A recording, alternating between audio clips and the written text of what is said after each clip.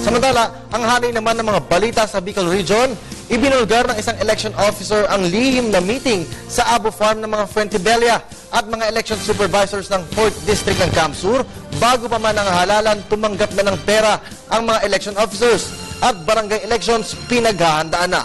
Ang mga detalye ng lahat ng yan mula kay Grace Refama Simando ng Radyo ng Bayan Naga. Grace, maayong hapon sa iyo dyan.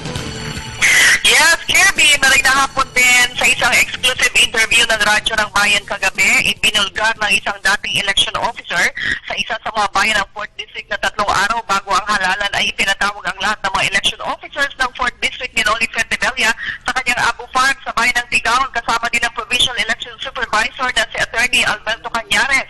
At doon ay binigyan ng mga ito isa-isa ng envelope na may lamang salapi. Matatandang ito ang isinisigaw ng galit na mamamayan ng Tigaon noong Biyernes, huling araw ng People Power sa Tigaon. Ayon sa puot ng mga Partidenyos, wala na silang tiwala sa COMELEC sa partido area sapagat mali ang gawaing pakikipagpulong sa pamilya Fuentebella at sa loob ng Fuentebella Farm sa Abo. Gayong official ng COMELEC ay neutral at independent sa anumang impluensya ng mga politiko o kandidato. Hindi magtatagal ay haharap sa buong media ng Camp-Sur ang whistleblower na election supervisor na una nang nagtiwala ng exclusive na panayam sa Radyo ng Bayan. Samantala, nagsisimula pa lang na magpahinga at mag-relax ang lahat ng mga nanalong kandidato sa kakatapos lang na halalan. Pinaghahandaan na agad ng COMELEC Camp-Sur ang nalalapit naman na barangay election sa October. Ayon kay Alex Marpuri, spokesman, hanggat walang advice ang COMELEC Central, tuloy na tuloy ang kanilang mga preparasyon para sa barangay elections.